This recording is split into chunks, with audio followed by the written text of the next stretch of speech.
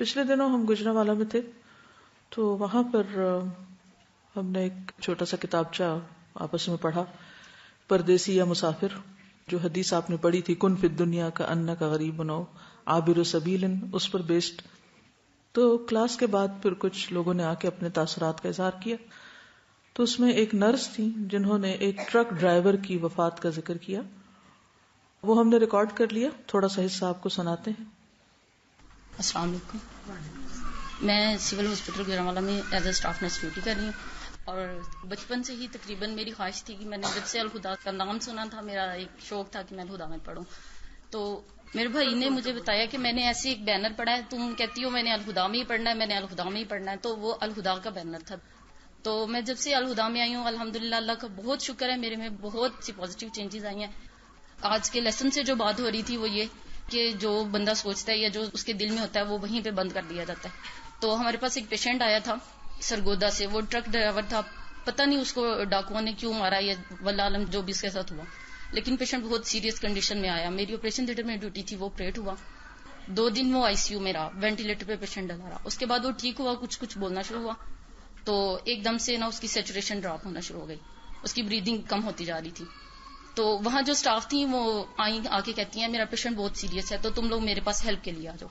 ہم لوگوں نے کہا چلیں ٹھیک ہے. ہم لوگ گئے، پھر واپس آگے، پیشنٹ کچھ اسٹیبل تھا، غیر ہم لوگوں کی اپنی ڈیوٹی تھی. تو بعد میں انہوں نے next day as a human being ایک ہمدردی تھی دل میں، کیونکہ اس کے گھر والے بھی نہیں پہنچے تھے اس پیشنٹ کے، کوئی اس کو جانتا نہیں تھا وہ کون ہے. تو میں نے کہا آپ کا پیشنٹ کیسا ہے؟ تو انہوں نے مجھے جو بات بتائی وہ آج تک مجھے بھولی نہیں ہے. وہ کہتی ہیں کہ رات ہی جب میں دوبارہ گئی تم لوگ بزی تھے، تو وہ جو پیشنٹ تھا وہ دوبارہ سیریس ہو گیا. کہتے ہیں مجھے اس پیشنٹ نے کہا ہے بجی کلمہ پڑھیں. تو کہتے ہیں میں نے کہا کہ بھائی تم خود کلمہ پڑھو.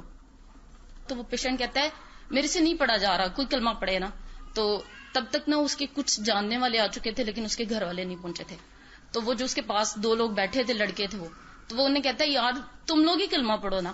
تو کہتے ہیں کہ وہ آگے سے کہتے ہیں کہ لوگ تو کلمہ تب پڑھتے ہیں جب کسی کی موت آ رہی ہوتی ہے، تو ہم کیوں تمہارے پاس کلمہ پڑھیں. یہ ایک میں سوچ کی بات کر رہی ہوں. اور اس انسان کی خواہش آج تک مجھے حیرت ہوتی ہے کہ وہ پتہ نہیں کیسا اللہ کا بندہ تھا. کہتے ہیں کہ اس نے کم از کم 10 دفعہ یہ خواہش کی ہے کہ کوئی بندہ کلمہ پڑھو، کوئی بندہ کلمہ پڑھو. اور کہتے ہیں کہ میرے دیکھتے دیکھتے 100 90 80 ایون 10 to 0 پہ اس کی سیچوریشن آ گئی. پیشنٹ ایکسپائر کر گیا، لیکن کسی نے اس کے پاس کلمہ نہیں پڑھا. اور کہتے ہیں کہ جب اس نے بار بار کہا کلمہ پڑھو کلمہ پڑھو، مجھے آ نہیں رہا، وہ یہ بھی کہتا رہا مجھے آ نہیں رہا، میرے سے پڑھا نہیں جا رہا. تو ایون ہم لوگ یہ خود دیکھتے ہیں کہ 40 50 تک سیچوریشن جانے کے بعد پیشنٹ بول نہیں سکتا. کہتے ہیں وہ 10 سیچوریشن تک وہ پیشنٹ بولتا رہا ہے کہ کوئی میرے لیے کلمہ پڑھ دو، کوئی میرے لیے کلمہ پڑھ دو. کہتے ہیں پھر اینڈ پہ باجی کہتے ہیں میں اس کے پاس گئی ہوں انجیکشن لگانے کے لیے، تو اس نے ایسے مجھے پکڑ کے کہا ہے باجی تم مسلمان نہیں ہو. تو کہتے ہیں میرے ذہن میں یہ تھا کہ خدا نہ خواستہ اس میں کوئی شیطان ہے جو اس طرح سے، میں ایک فیمیل ہوں یہ ایک میل ہے، مجھے ایسے ٹچ کر. کہتے میں نے غصے سے کہا چھوڑو میرا ہاتھ، یہ کیا کر رہے ہو؟ تو کہتا ہے باجی مجھے لگتا ہے تم واقعی مسلمان نہیں ہو، تم کلمہ پڑھو. تو یہ چیز ابھی تک مجھے نہ اس پیشنٹ کی شکل بھولتی ہے، نہ وہ باجی کی بتائی بات بھولتی ہے. باجی کہتے ہیں اس کے بعد سارا دن میں گھر جا کے روتی رہی جب وہ پیشنٹ ایکسپائر ہو گیا کہ دیکھو ہم لوگ کیسے مسلمان ہیں کہ ایک بندہ مرنے میں کلمے کی خواہش کرتا رہے. لیکن ایک تو اس میں یہ چیز آ جاتی ہے کہ ہم لوگوں کے کلمہ تب پڑھا جاتا ہے جب موت آ رہی ہوتی ہے، یہ سورہ یاسین تب پڑھتے ہیں جب موت آ رہی ہوتی ہے. تو کہتے ہیں سارا دن روتی رہی کہ وہ بندہ کلمے کی خواہش کرتا کرتا مر گیا، اور ہم سب مسلمان وہاں بیٹھے تھے اور کسی نے اس کے لیے کلمہ نہیں پڑھا. یہ جہالت کی حالت ہے.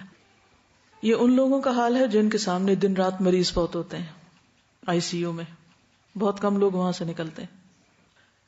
میں بہت دیر تک سوچتی رہی کہ وہ خود کیوں نہ پڑھ سکا کلمہ. وہ دوسروں کو کہتا رہا، وہ خود نہیں پڑھ سکا.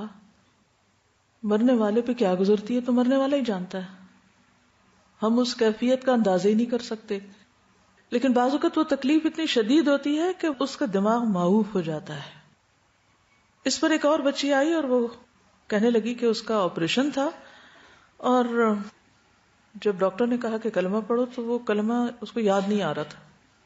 السلام علیکم. وعلیکم السلام. میرا لاسٹ ٹو لاسٹ ایئر ناک کا آپریشن تھا، اور میں آپریشن تھیٹر میں جانے سے پہلے یا حیو یا قیوم برحمتی کا استغیث پڑھتی گئی تھی.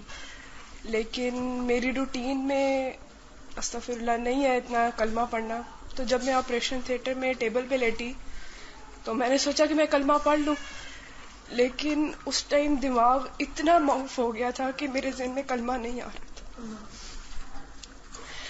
اتنے یعنی کہ میری وینز غائب ہو گئی، میں سفید ہو گئی کہ جس طرح بندے کے حواس نہیں قائم رہتے، کہ مجھے اس بندے کے خیال آ رہا تھا کہ موت کی شاید ڈر کی وجہ سے، اس سختی کی وجہ سے اس کے ذہن سے کلمہ تک نکل گیا جو ہم پہلی چیز سیکھتے ہیں. صرف میرے زبان پہ یا حی یا قیوم برحمتک استغیث تھا، وہی میرے ذہن میں پہلے آیا. میں نے وہ پہلے پڑھا اور پھر مجھے کلمہ یاد آیا، آیت الکرسی یاد آئی. کہ میں یہ سوچ رہی تھی کہ جو چیز ہم روٹین میں پڑھتے رہتے ہیں وہ ہمیں بہت سخت وقت میں بھی یاد آ جاتی ہے، لیکن جو چیز ہماری روٹین میں نہیں ہوتی وہ ہمیں نہیں یاد آتی. ایک اور پیشنٹ تھی جن کا ہارٹ کا آپریشن ہوا تھا، وہ اپنے بارے میں بتاتی. السلام علیکم ورحمۃ اللہ. 3 سال ہو گئے ہیں میرے میاں کی ڈیتھ ہو گئی ہے، اور میں ذکر یہ کرنا چاہتی ہوں کہ واقعی قرآن پاک میں بہت طاقت ہے. 4 ماہ ہو گیا میرا ہارٹ کا آپریشن ہوا تھا. ہارٹ کے آپریشن کے دوران ڈاکٹروں نے کہا ہے کہ اندر آئیں. میں اندر گئی ہوں، میں نے کلمہ پڑھا ہے، قرآن پاک پڑھا ہے، میرے ساتھ تھا چھوٹا قرآن پاک. اس کے بعد ڈاکٹر نے کہا بے ہوش کرنے لگے، کلمہ پڑھی. کلمہ ایسے جیسے ذہن سے ہی نکل جاتا ہے. بچے تھے 4 چھوٹے چھوٹے. اللہ سے یہی دعا کی، اللہ میرے 4 بچے ہیں، مجھے زندگی دینا، صحت دینا. ساتھ ساتھ پڑھتی رہی ہوں. آپریشن سٹارٹ کیا انہوں نے. 8 گھنٹے بعد مجھے باہر لے کے آئے. دیکھیں یہی بتا رہی ہوں کہ اللہ کی کلام میں کتنی برکت ہے. قرآن پاک ساتھ ہی رہا ہے.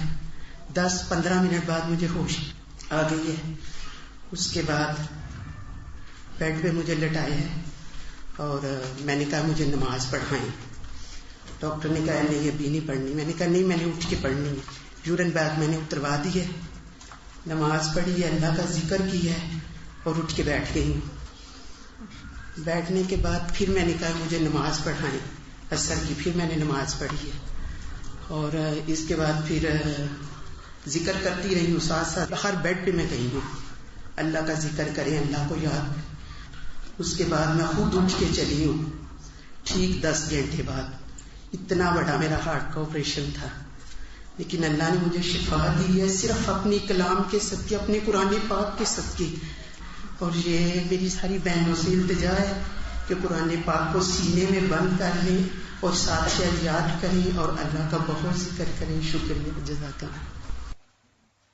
ایک کے بعد ایک شخص جو آ رہا تھا وہ اسی تجربے کا ذکر کر رہا تھا کہ عین اس وقت بدحواسی میں یا تکلیف میں یا خوف کے مارے کلمہ یاد نہیں آ رہا تھا. تو حسن خاتمہ سب سے بڑی خوش قسمتی ہے. اچھا خاتمہ، لا الہ الا اللہ پر خاتمہ، ایمان کے ساتھ خاتمہ، اللہ کی یاد اور اللہ کی محبت کے ساتھ دنیا سے رخصت ہونا، یہ ہم سب کی بہت بڑی تمنا ہونی چاہیے. اور اس کے لیے ہمیں اپنے آپ کو تیار بھی کرنا چاہیے. جانے والے کے لیے بھی کلمہ پڑھنا اور خود اپنے لیے کلمہ پڑھنے کی عادت اور اس وقت پڑھنے کی دعا کرنا، یہ بھی ہماری دعاؤں کا ایک حصہ ہونا چاہیے.